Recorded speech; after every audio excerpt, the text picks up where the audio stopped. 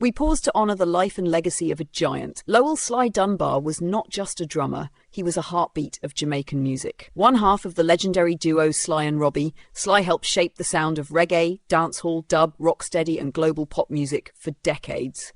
From Channel 1 to Compass Point Studios, from roots reggae to international stages, his drums powered thousands of recordings.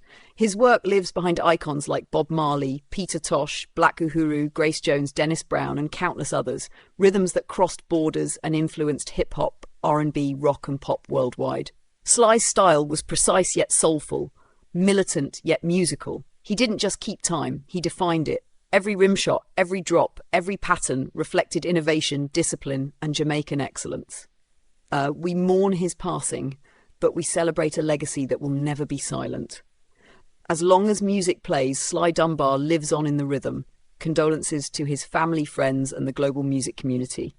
Rest in power, Sly. Give thanks for the legacy.